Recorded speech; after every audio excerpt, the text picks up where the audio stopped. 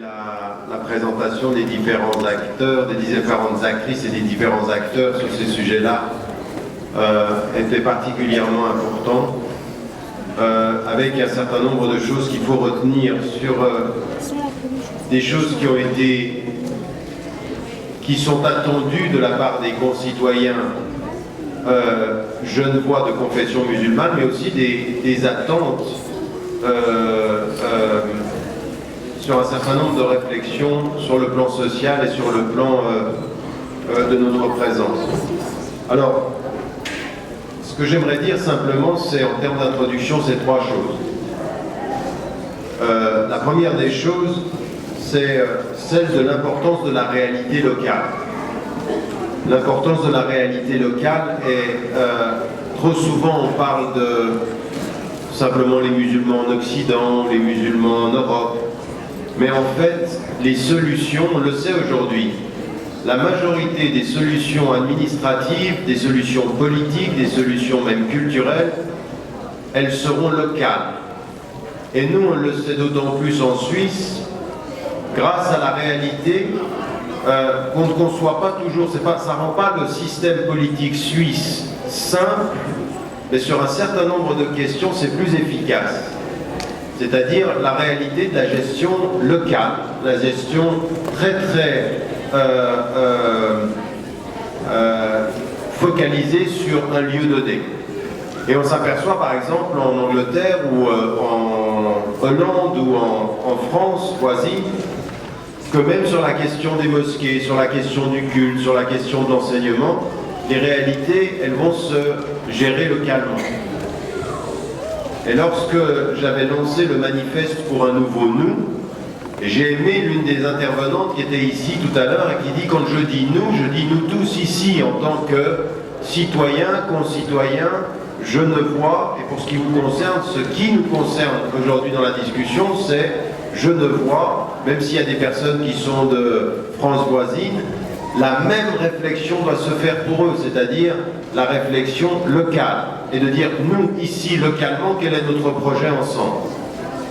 Et ce que je disais dans cet appel pour un nouveau nous, je disais, il nous faut des mouvements nationaux d'initiative locale, c'est-à-dire véritablement prenant en compte les dynamiques sociales, politiques, même culturelles sur le plan local. Et encore une fois, je vous le dis, en Suisse, peut-être beaucoup plus que dans d'autres pays, on sait la différence entre la culture vaudoise et la culture genevoise, ou la culture fribourgeoise, ou même la culture zurichoise. Et alors, quand on passe de l'autre côté de la barrière linguistique, on sait que ce sont encore des cultures qui sont différentes. On ne traite pas les choses de la même façon au Tessin qu'on les traite en Suisse allemande ou qu'on les traite en Suisse romande. Et en plus, en Suisse romande, on a des réalités dont il faut tenir compte. Tout ceci, ça fait partie de notre réalité. Et il faut en tenir compte et il faut vraiment s'inscrire dans le local. À partir des lieux de culte, à partir des institutions, et il y a une chose qu'il faut aussi dire, c'est qu'il faut tenir compte des processus historiques, c'est-à-dire l'installation des premières vagues de personnes qui étaient considérées comme des immigrés, et il faut faire attention à ce qu'on ne confonde pas les ordres. Dans la discussion qu'on a eue sur la question de l'intégration, souvent on passe de musulmans à étrangers, un peu trop rapidement. Il faut faire attention à ça. La question des étrangers sur le plan du passeport et de la nationalité ne fait pas et ne doit pas nous faire confondre la question de l'islam avec la question d'étrangers. L'islam est une religion suisse, c'est une religion genevoise maintenant, parce que vous êtes des concitoyens et vous êtes des genevois de plus en plus. Donc ce passage, et quand même une personne se convertit à l'islam, il ne faudrait pas qu'au nom de sa conversion à l'islam, elle soit perçue comme une voie étrangère à la Suisse. Non, c'est la Suisse qui se parle à elle-même dans la diversité religieuse et la diversité culturelle. Donc historiquement, ce qui fut vrai hier la majorité du phénomène de l'islam en Suisse était liée à la question de la migration et de l'étranger, c'est plus le cas maintenant, et ça le sera de moins en moins, puisqu'on arrive dans des sociétés aujourd'hui à la moitié, voire maintenant à 2/3 des populations musulmanes qui sont des citoyens.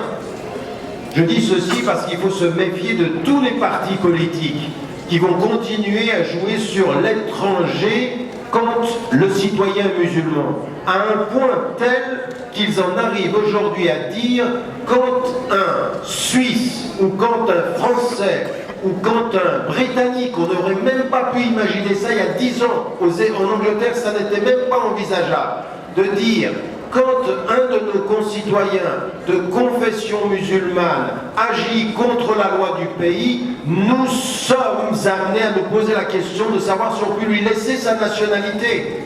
À accepter d'associer islam à étranger, on en finit dans le problème à pouvoir supposer qu'on puisse enlever la nationalité à quelqu'un. Vous l'avez entendu en France, vous l'entendez en Angleterre, et vous entendez des voix aujourd'hui en Suisse qui sont très très proches de ces positionnements-là, voire même qui ne vous accepteront jamais comme vrai Suisse parce que vous êtes toujours un tout petit peu trop musulman. Donc la réalité locale, il faut l'inscrire comme dans notre citoyenneté, il faut accepter ces raccourcis. Donc deux choses qui sont importantes, la profondeur historique, la réalité locale. Deuxième des choses maintenant qui vient de l'intérieur. Dans la tradition musulmane, et ça il faut qu'on en ait conscience, il y a dans toute l'histoire de notre religion et dans les mettons-le dans l'ordre, dans les principes de notre religion comme dans son histoire, il y a un double phénomène sur lequel il faut beaucoup insister. Le premier phénomène, c'est que les principes de la pratique musulmane, amènent la musulmane et le musulman là où ils vivent à penser immédiatement les conditions de leur installation, par définition. C'est-à-dire que des premiers savants, et je parle ici du XIe siècle de l'ère musulmane, du XIe siècle de l'ère chrétienne, et donc nous en sommes au IVe siècle de l'ère musulmane, c'est-à-dire quand les migrations, après qu'on se soit installés, où certains vont mettre en avant là où la musulmane, là où le musulman peut dire la ilaha illallah dans la liberté de l'expression, il est chez lui. Ça veut dire pas qu'il vient s'installer dans l'arrogance, mais il construit son installation. Et l'un des principes de son installation, quel va-t-il être, et ça s'est confirmé dans toute l'histoire, c'est le lieu de culte, et qui reproduit la fonction même de l'égir. Le prophète, quand il arrive à Médine, la première chose qu'il fait, c'est la mosquée, non pas pour dire « je vous colonise contre votre gré », mais je m'installe parmi votre société, au cœur de votre société. Je ne nie pas qui vous êtes, mais je suis qui je suis parmi ce que nous serons ensemble. Voilà ce que le prophète a fait, et ça s'est confirmé dans toute l'histoire. Et vous regardez à Genève, et vous regardez partout en Suisse, vous regardez en Angleterre, partout où les musulmans sont arrivés, ils se sont installés. Ça a été parfois perçu comme un danger, et c'est pour ça que la sociologue Jocelyne Césari dit sur la question de l'intégration, tout commence par un malentendu. Quand les musulmans se sont installés en construisant une mosquée, ils voulaient dire nous sommes chez nous. Et quand certains ont vu la mosquée, ils se sont dit ils sont en train de nous coloniser chez nous. Les uns disaient chez nous avec vous, et d'autres ont pensé chez eux contre nous. Les partis d'extrême droite, les partis qui produisent l'islamophobie, tout le discours c'est de dire attention, les plus dangereux sont ceux qui s'installent, c'est-à-dire ceux qui vont développer le sens de l'appartenance. Et ce qu'on a entendu ici de tous les acteurs qui étaient là, c'est exactement le contraire. C'est quelles sont les conditions objectives de l'appartenance commune dans une coexistence pas pacifique, une coexistence proactive, où on connaît nos devoirs respectifs et on connaît nos droits respectifs. Et donc ici, l'islam directement, dans son histoire, mais comme dans ses principes, dès que vous dites « il n'est de Dieu que Dieu », et le prophète et son messager, et vous le dites là où vous êtes, vous avez le devoir de vous donner les conditions objectives de la réalisation de votre être. Là où vous êtes, parmi ceux avec lesquels vous vivez. Ça c'est un, mais c'est pas tout. Venez-en maintenant au principe. Au principe. Quand le prophète envoie des émissaires dans des villages alentours pour leur expliquer l'islam. À un moment donné, il y a une chose qui va s'inscrire ici. Vous vous inscrivez ici et vous allez prier ici. Quand ici, vous vous tournez du côté de la Qibla, vous êtes en train de dire le centre spirituel est là-bas, mais la légitimité de ma présence ici, elle est par le fait de tourner ma face. Et le fait de tourner ma face intègre à ma spiritualité le lieu où je me trouve. Et cette dimension de partout où vous êtes, où que vous soyez, tournez votre face, est en train de dire que le caractère central de la spiritualité donne légitimité de fait sur le plan spirituel à toutes les périphéries.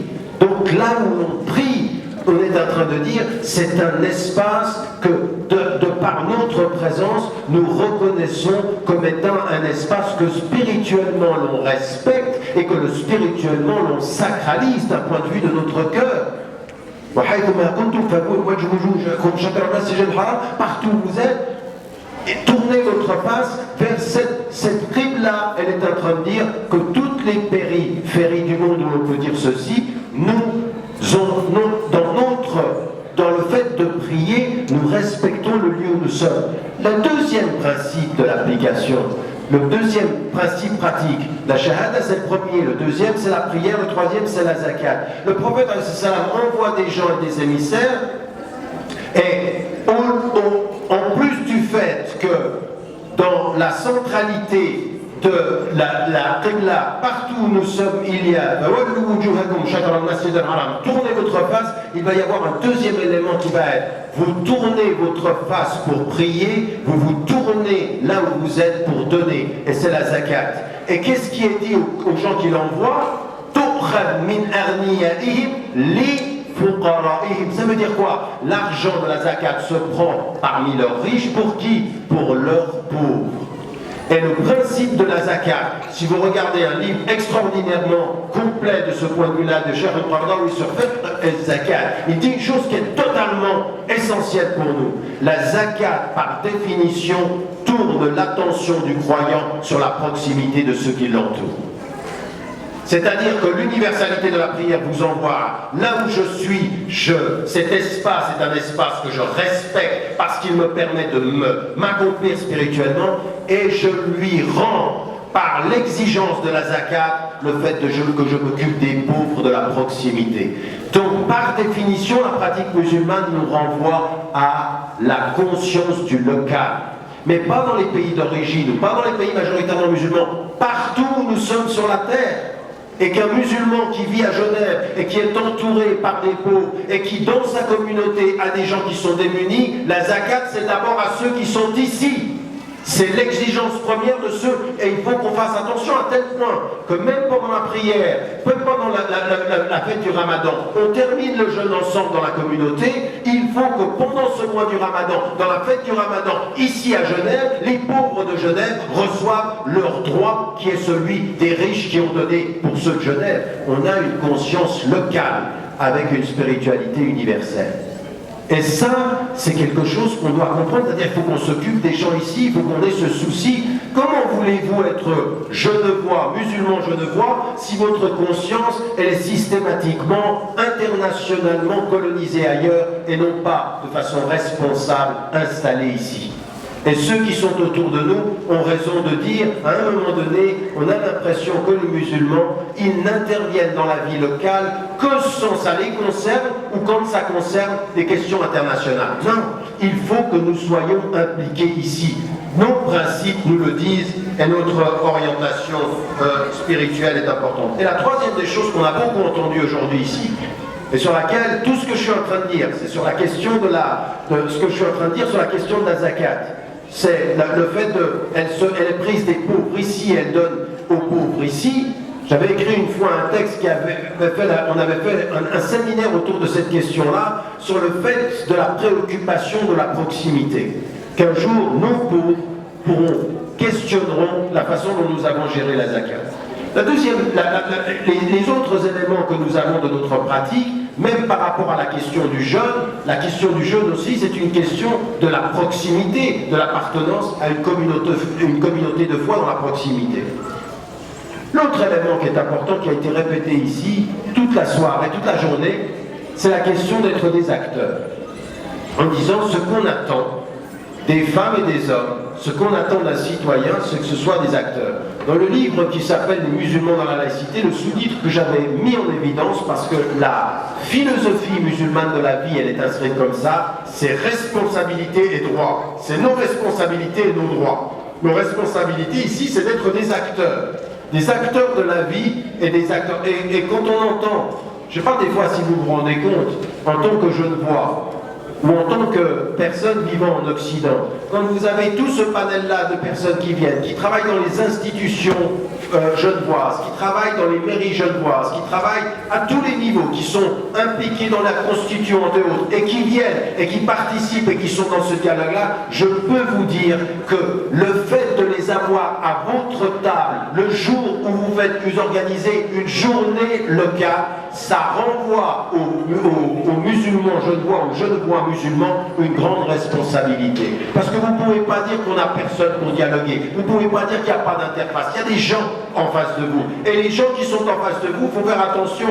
On ne les respecte pas simplement parce qu'ils sont d'accord avec nous. On les respecte parce qu'ils sont d'accord de dialoguer avec nous. Et on aura des désaccords. Et il y a des choses sur lesquelles... Mais ce n'est pas comme ça qu'il faut traiter la question. Les désaccords se discutent. Les accords se discutent. La négociation est là. Et ce qu'on entend, c'est des fois on entend des choses avec lesquelles on n'est pas d'accord. Mais ce qui est essentiel, c'est cette dimension des gens qui viennent à notre table, des gens à la table desquels on se retrouve et avec lesquels on peut discuter et élaborer les choses. Ça, c'est une grande responsabilité quand on a des personnes qui sont de cette ouverture-là, avec des exigences en disant il y a des choses aussi qu'on doit reconnaître dans une histoire, qu'on doit reconnaître dans une société. On ne sera pas toujours d'accord, mais il faut que l'essentiel, c'est qu'on maintienne les termes des accords. Alors moi, j'aimerais juste relever, parce qu'on n'a plus beaucoup de temps, mais juste relever 5 points sur lesquels je pense qu'on a des responsabilités pour permettre une installation. Alors le terme d'intégration pour moi est un terme qui me pose un problème. J'entends par ceci l'installation nourrie par la reconnaissance du droit local et le sentiment d'appartenance à la communauté de destin.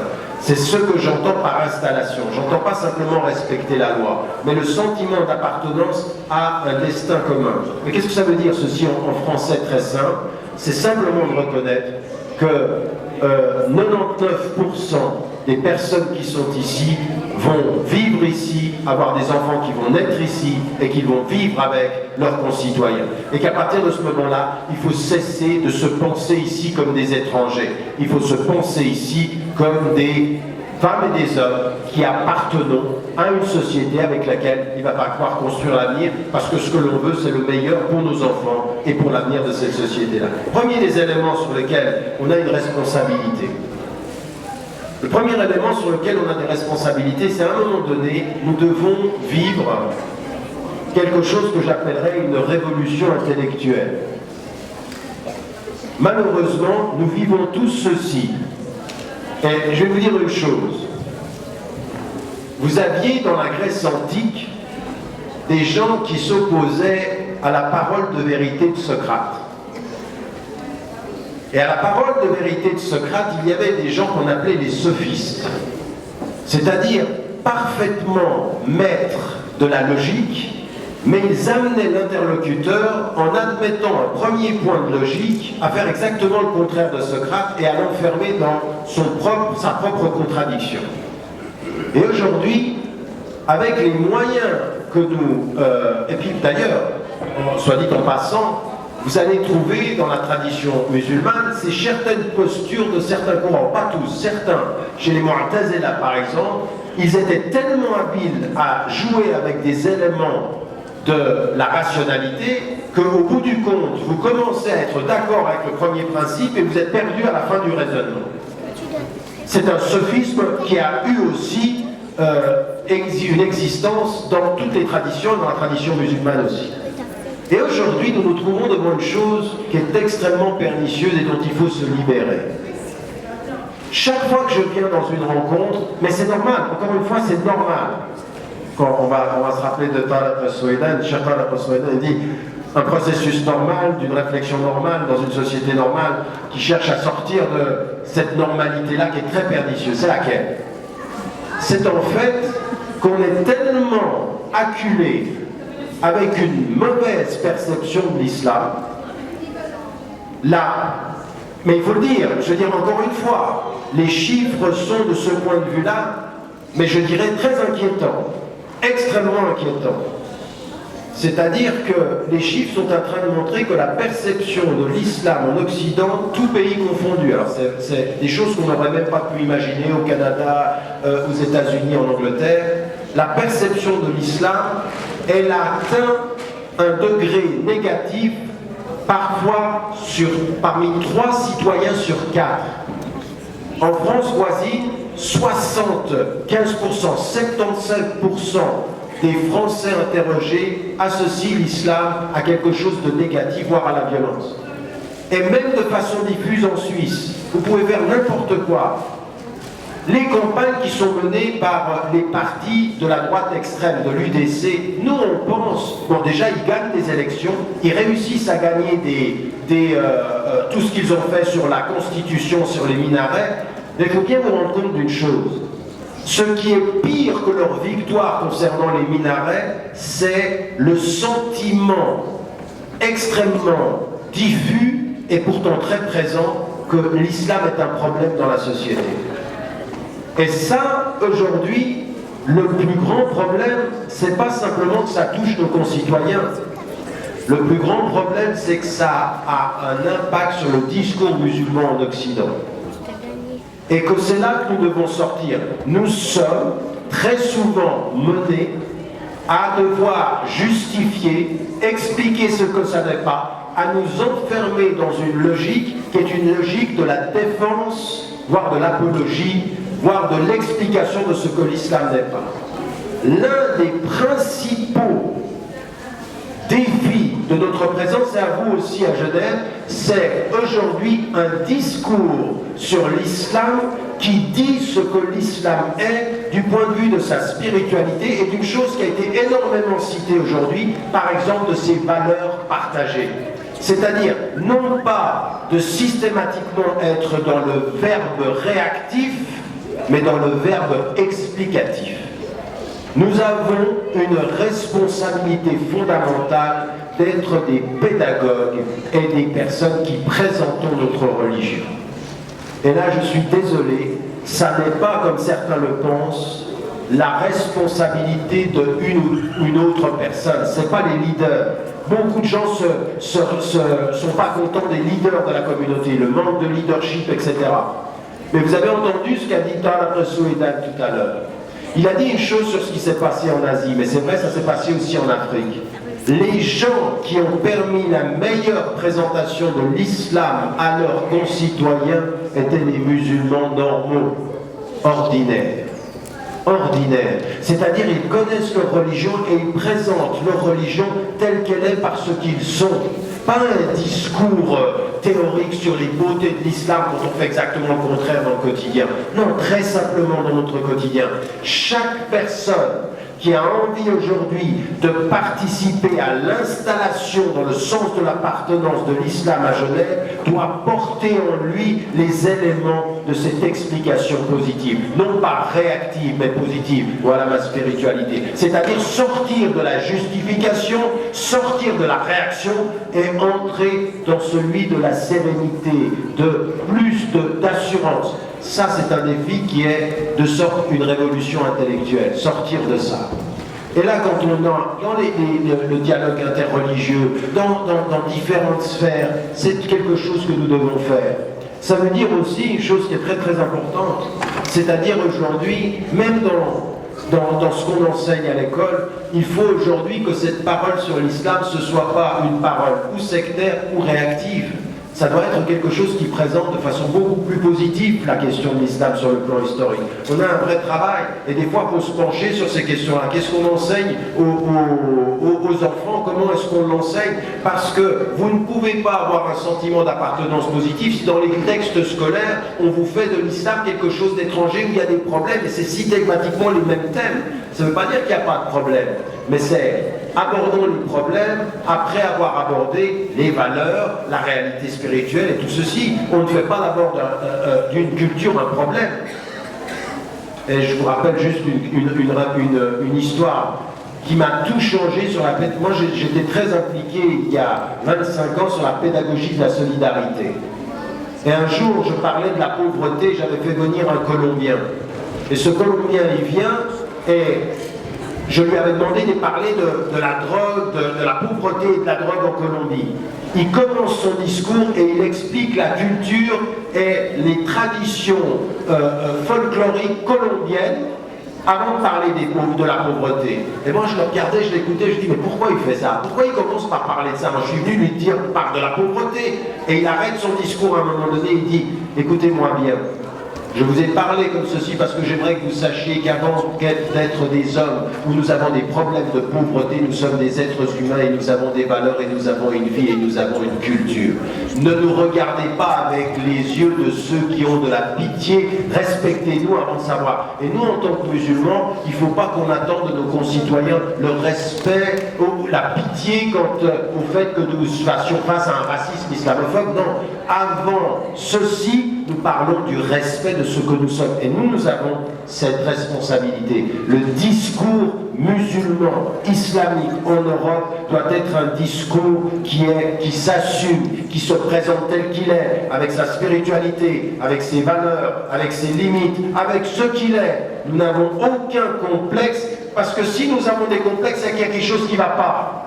Donc il faut présenter comment les choses sont, mais aussi avec quelque chose qui est important. Si vous avez une union des organisations musulmanes, c'est qu'on a admis une chose, c'est qu'on a différentes institutions, parfois différentes interprétations, parfois différentes histoires, parfois différentes cultures, et c'est dans la diversité. Il n'y en a pas un seul, pas une organisation qui détient le monopole de la seule interprétation musulmane. Et celui qui dit ceci, il dit quelque chose qui n'est pas vrai. Donc il faut qu'on admette ceci, qu'il y a une diversité, bien sûr dans les limites. Il y en a certains qui commencent à vous dire n'importe quoi, on dira tous d'un commun accord. Non, il y a des limites, il y a quelque chose qui s'appelle la diversité acceptée en islam. Elle était entre les savants, elle était entre les juristes, elle était entre les tendances. Donc déjà, ça c'est un premier défi, c'est ce discours-là.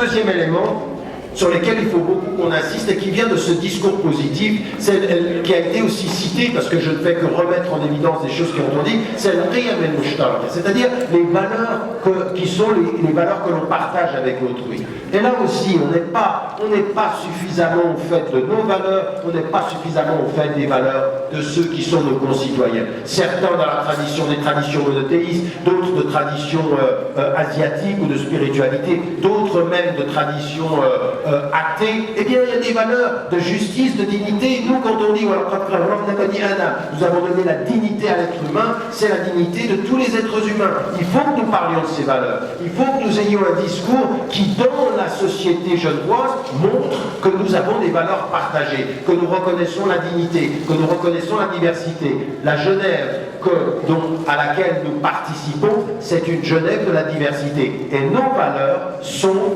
partagées. Et là, il faut construire aussi un discours à partir de ces valeurs. Et pour quelle raison? Pour quelle raison?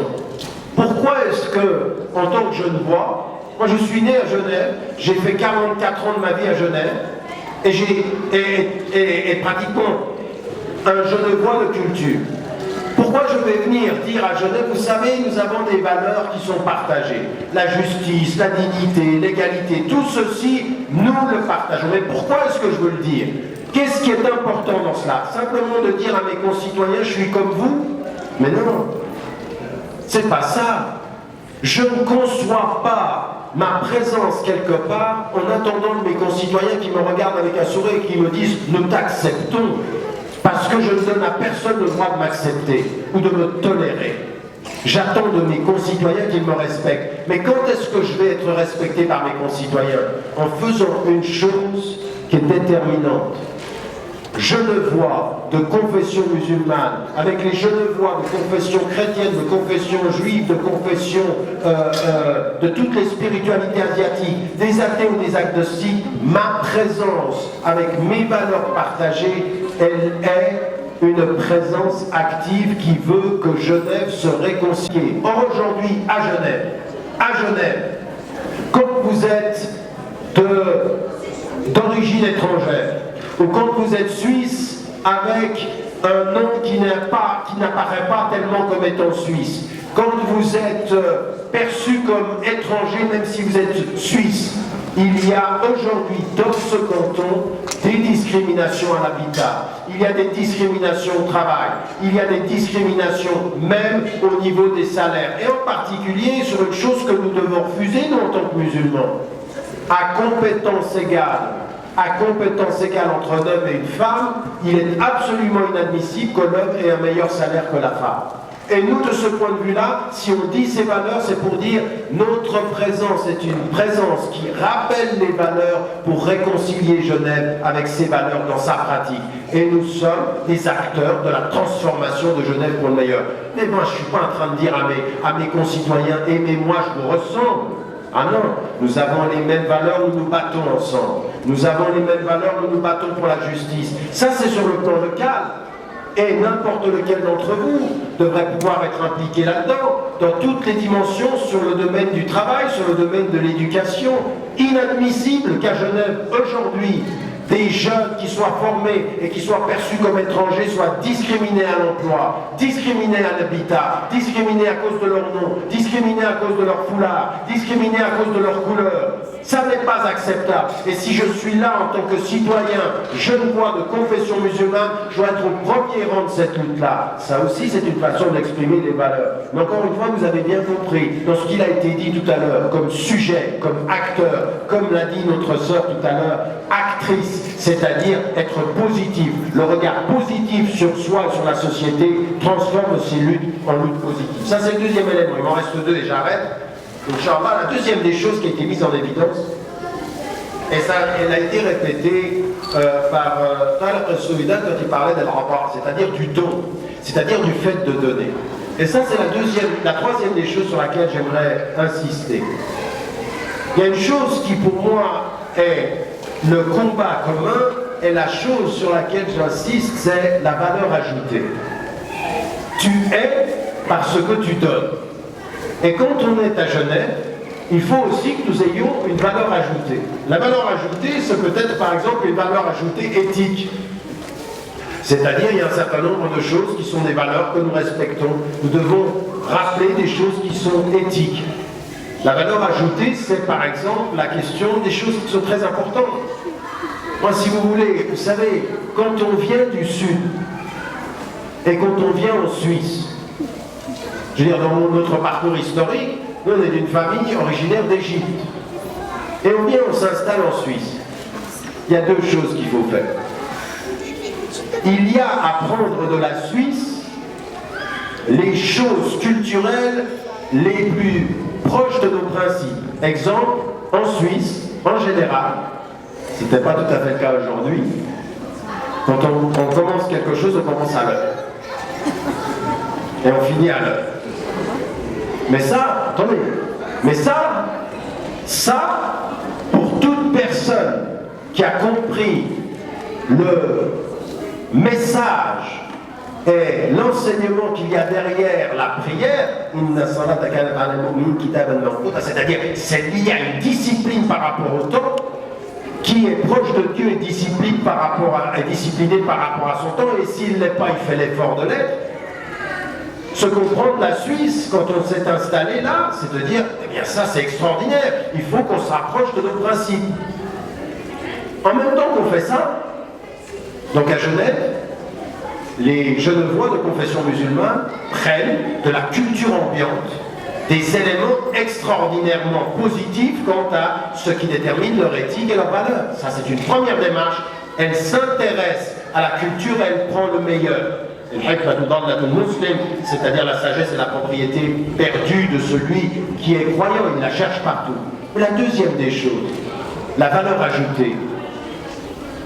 Toutes les personnes qui sont autour de vous, tous ceux qui partent en vacances au Maroc, en Tunisie, en Algérie, en Afrique, tous ceux qui partent en Asie, tous ceux qui partent en Turquie, qu'est-ce qu'ils vous disent quand ils rencontrent les peuples du Sud? Ils vous disent quoi? Ils vous disent, il y a une chose qui est extraordinaire, c'est la générosité, la façon dont on nous accueille. La façon dont on nous accueille. Eh bien, la valeur ajoutée de notre présence, c'est de prendre la rigueur du temps ici et d'ajouter la générosité de là-bas. C'est-à-dire réconcilier les Suisses avec plus de générosité, avec plus d'ouverture. Ça veut dire ajouter du cœur, ajouter de l'empathie, ajouter de la générosité, ajouter quelque chose qui ferait bien, qui nous ferait du bien, un peu de flexibilité, un peu de générosité, un peu de don, un peu de solidarité. Parce qu'on le sait, souvent c'est parmi les plus pauvres qu'il y a plus de générosité, de solidarité. C'est très étonnant d'ailleurs. Parmi les plus riches, on voit des recroquevillements.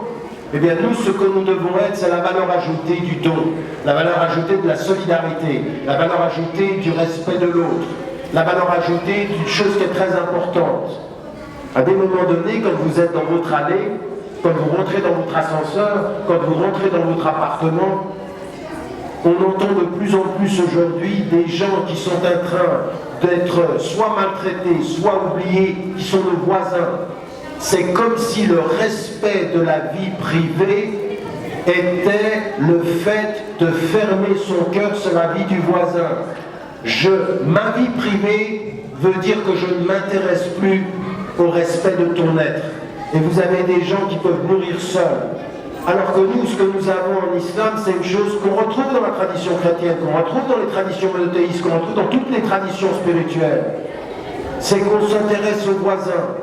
Il n'a pas atteint la plénitude de la foi, celui qui ne veut pas pour son voisin ce qu'il veut pour lui-même. Voilà notre valeur ajoutée, on s'intéresse.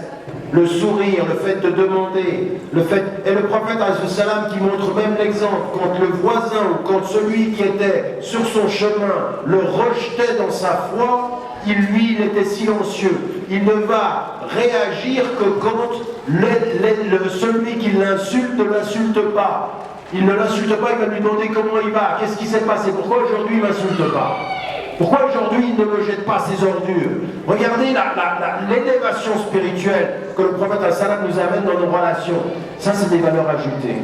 Et là, vous devez vous poser la question, quelle est la valeur ajoutée des citoyens genevois de confession musulmane au vivre ensemble à Genève? Et ça, ce sont des choses que nous devons apporter. Par exemple, sur les personnes âgées. Il ne faut pas être colonisé à l'envers. Il ne faut pas être colonisé à l'envers au point de laisser ses parents, au point de ne plus s'occuper de ses parents. C'est le contraire qu'il faut faire. Pour réconcilier les Genevois, nos concitoyens, au fait du souci des parents. Que c'est un scandale de la conscience humaine de penser que quand vous êtes sorti de la vie active, vous avez moins de valeur humaine.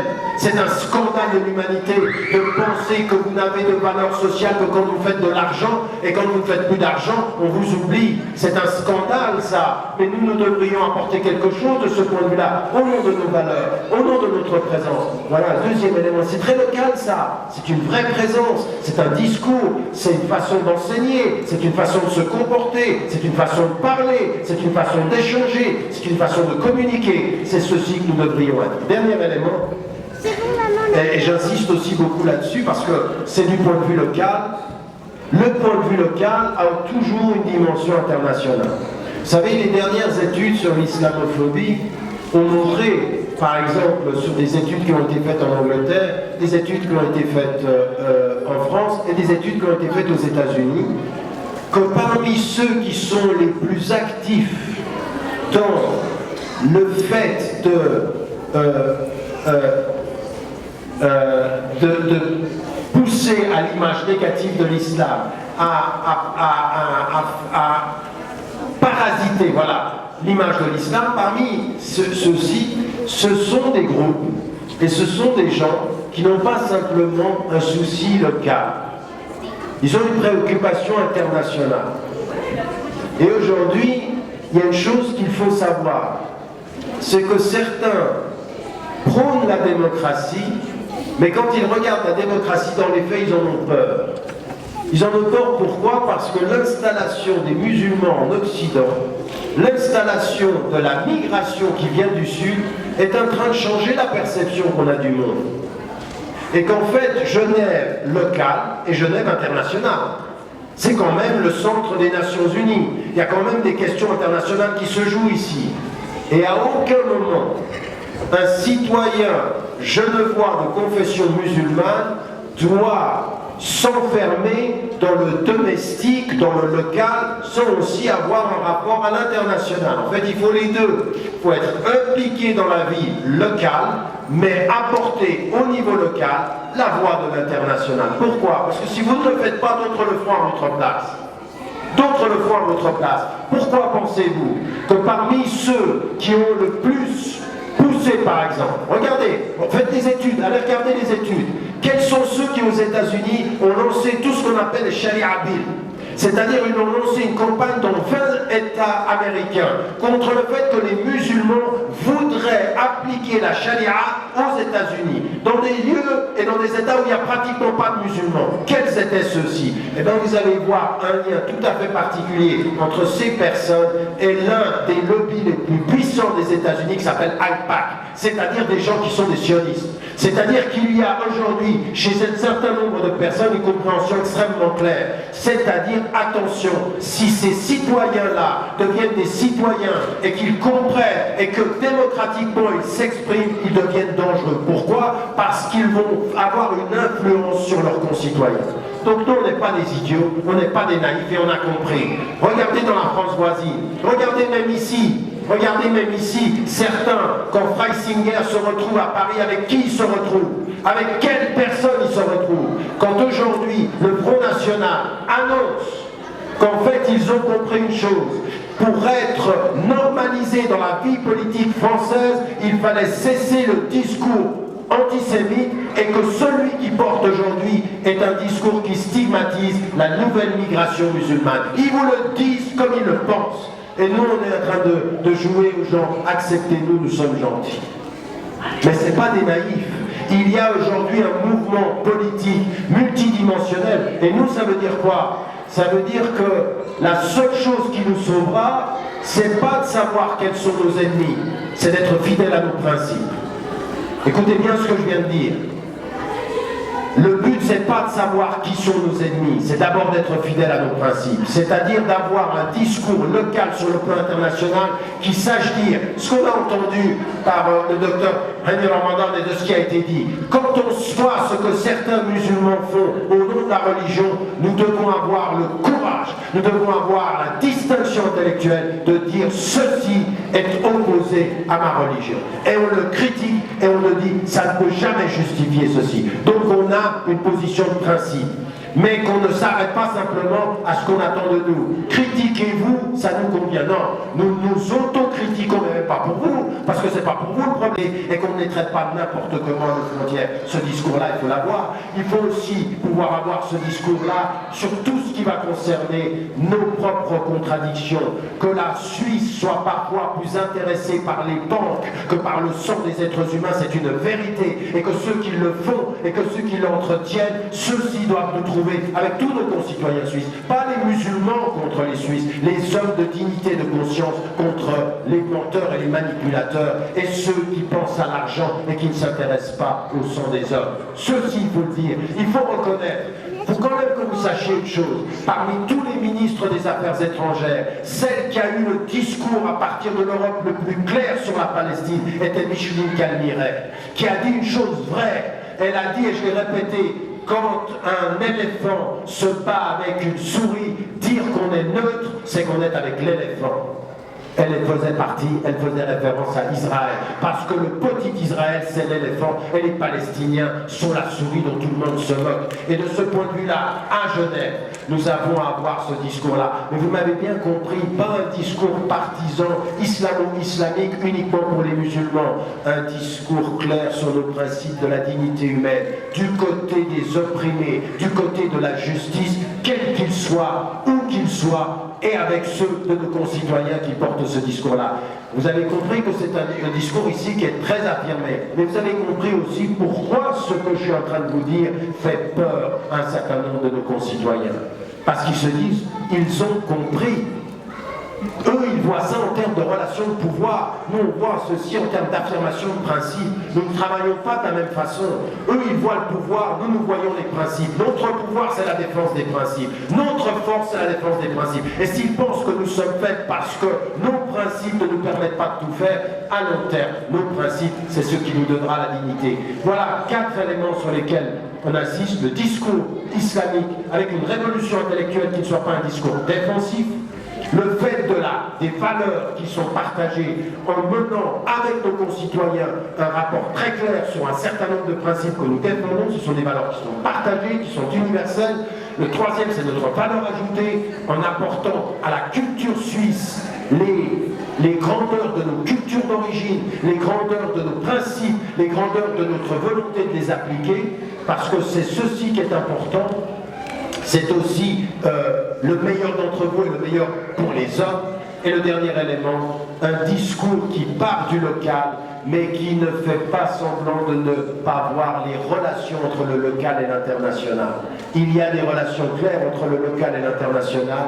La Suisse a besoin de Suisses courageux, qui disent que l'avenir de la Suisse, ça n'est pas de protéger ses banques, que l'avenir de la Suisse est de protéger les principes humains et la dignité. Une Suisse pour les banques, c'est une Suisse dont nous ne voulons pas. Moi je suis désolé, une Suisse qui ne défendrait que ses intérêts ou certaines de ses banques, ça n'est pas ma nationalité. Ma nationalité, elle est avec celles et ceux qui en Suisse se sont levés. Par ailleurs, durant la Deuxième Guerre mondiale, vous savez qu'il y a des Suisses durant la Deuxième Guerre mondiale, quand on leur disait si un Juif vient à la frontière, vous le retournez, ils ont dit non, ils les ont laissés entrer. Ceux-là, ce sont mes concitoyens. Quant à ceux qui les ont retournés, eh ben, ce sont des lâches. Ceux-là, ce sont des lâches. Donc, de ce point de vue, c'est à nous d'apporter aussi cet élément supplémentaire dans notre engagement. Wallahu a'lam wa ala wa ahkam. Je voulais faire court, j'ai déjà fait trop long. Merci d'être resté jusqu'à ce moment-là.